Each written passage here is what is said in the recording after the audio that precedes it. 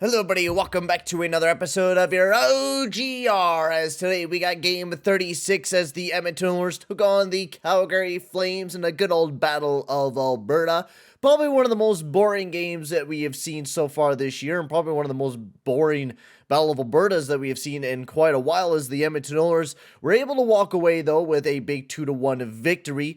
As yeah, it was a boring game, was not entertaining at all, but let's get into this one. But before we do, I'd like to just say, if you are new to the channel, make sure to hit that subscribe button and hit that like button as well. Also, before we step into this one, yes, I have missed a decent amount of OGRs over the past few days. Unfortunately fell with a little bit of a sickness, and of course it was at the worst possible time, as I was picking up right up at work as well, so I wasn't able to make any OGRs nor watch any of the games. So I'm not really going to be making any OGRs because there's really no point to me, trying to talk about games that happened over a week ago now.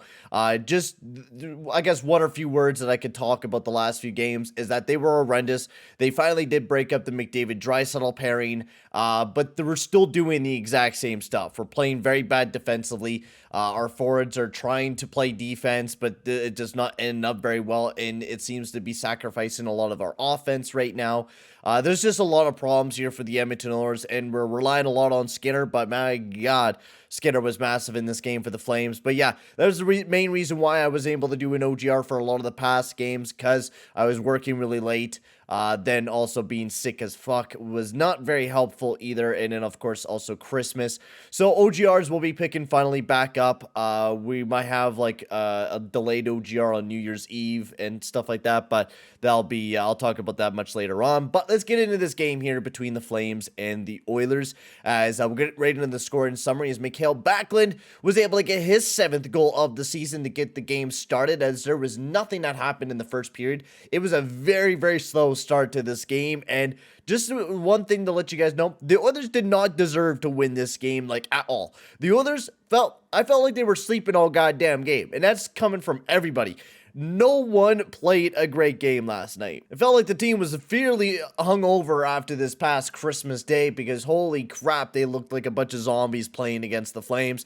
But Backlund was able to bury his 7th goal of the season. Just once again, a goal against on the Nurse and CC pairing, a pairing that I've, gone over time and time and time again, that I'm just really not a big fan of this defensive pairing. It's not good, and it's getting progressively worse. They're not playing too good alongside of each other. They just went from 17.2 goals against, or expected goals against, per game. Now they're up to 22.1. They're just horrendous. They're not good. We're actually seeing better numbers with Nurse and Bouchard together than what we're seeing out of Nurse and Ceci. And Nurse, Ceci has just been, he's been okay, but my God, Nurse has just been stinky, man. He's horrible. I don't know what is with Nurse this year, but he is very dreadful defensively this year. He's not bad offensively, but my God, he's not doing anything defensively for this team, and it's quite annoying. It's quite annoying to watch this team play defense right now, because we have no one playing defense right now.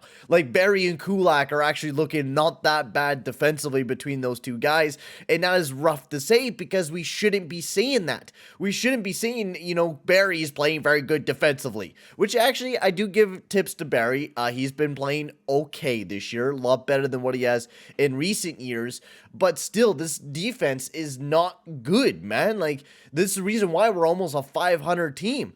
It's crazy, but Tyson Barrie was able to bury his 100th career NHL goal, as he got his 5th of the season to tie the game up at 1.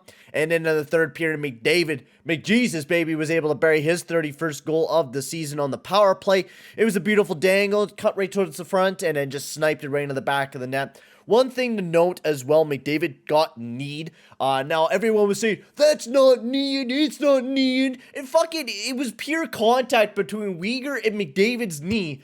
Pure contact. Is that not kneeing? Like, I don't get why people like Calgary fans like, oh, that's not kneeing, it's no penalty, McDavid's just a whiner. It's like, dude, get out of here, man. I hate that type of crap where people are like, oh, McDavid's a whiner. Dude, McDavid's nowhere near whiner, right? Like, I know I seen him against the Canucks for a game where he got like slashed pretty good and he was complaining to the ref. That was like the one time out of the 36 games that we've seen this year where he's actually complained to the ref. It's ridiculous. And also that's coming from a lot of Flames or Canucks fans who call McDavid a whiner. You got to check yourself there, Canucks fans. I'm pretty sure you guys are the big old whiners, but moving forward, instead of roasting the Canucks fans and their 2 rights that they had after losing the Cups, we'll continue talking about this Flames game. To know one thing as well, my nose will really not leave me alone, and it's just incredibly annoying. But we'll move on. So yeah, the Oilers were up 2-1. We took the dub. Surprisingly enough, we were able to hold like the lead for 15 minutes or whatever it was. Crazy as that is, kind of surprised me when I was streaming last night. I was quite surprised that we were able to even hold this lead.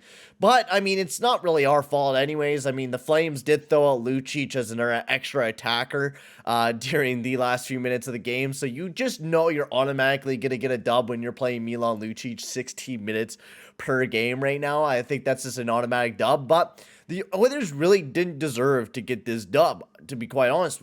Edmonton really didn't get a whole lot of goal-scoring opportunities, and they weren't crazy good. The only guy that was actually doing anything offensively throughout the entire night was Connor McDavid. That was the only name that we could really talk about offensively. You could see, talk about the Draisaitl, Foegele, Yamamoto line, which I have been liking them but that's another line that generated a little bit of offense near the start of the game, but then just didn't do anything for the rest. McDavid, Hyman, Puljujärvi just weren't able to even get really in the zone or generate a whole lot of offense. And you could talk about just about that with almost every single line. Like Nuge, I think it was Nuge played alongside of a few people, but he played alongside of Kostin and Janmark, and they didn't do anything offensively throughout the entire night. They did absolutely nothing, which is kind of sucks. But I mean, that's just like it feels like we're just not generating a whole lot of offense. 2 games in this game, 2 games against the Canucks. We need a lot more depth scoring. We can't just continue to rely on McDavid and Draisaitl and think things are going to go good. Like, especially when after the knee and stuff happened on McDavid, everyone's like, oh, we need a fucking goon to help this team out. What's a goon going to help us, man? Like, I understand protecting the superstars. I understand that. But you look at this team right now, and you're telling me that the main problem is on this team is that we need a fucking goon? Don't you watch this team there, guys? Don't you see our back end constantly fold on us on a constant basis? If we actually had a good defensive core, which Ken Holland has never been able to put together for the past 4 years, like, it's crazy to me how we continue to have the same shitty defensive core and how Ken Holland has not been able to do a single thing about it. It is boggling my brain, man. It's boggling me, dude. It's crazy how we continue to do nothing for this defense. It's crazy. But the defense, Nurse and Ceci, I'm going to talk about them again. Horrendous these 2 guys are. I don't know why Manson and Woodcroft continue to put these guys together. They are not working. They are simply not working. And I don't get why these morons think it's a good fucking idea when really it is not. It's not working, man. It's simply not. They're one of the worst defensive core or defensive parents in the league. They played a good amount of minutes. They actually are 7th in minutes alongside of each other. But the thing is, they're not playing very well alongside of each other. Yeah, sure, they played 488 minutes together, but they are one of the worst defensive cores in the league. Man, it's crazy how bad they are. They're 3rd worst in expected goals against, up in the likes with Letty and Parayko. You got Dunn and Larson, which they haven't been very good either. And Magna and Carlson, it's not a good defensive pairing, man. Moving forward, Kulak, Barry, they weren't bad, but I mean, they didn't play amazing defensively either. I think the only good defensive pairing was Niemelainen and Bouchard. They weren't bad, but even then, Niemelainen, they just didn't get a whole lot of defensive minutes. But Niemelainen, I didn't think was that bad throughout the night. But yeah, that's about it, guys. Sorry, guys, for missing the last few OGRs. I've been sick. I'm not going to really go back and make an OGR for, games that passed by a week now. Hopefully the others start winning, man. They did here, for sure.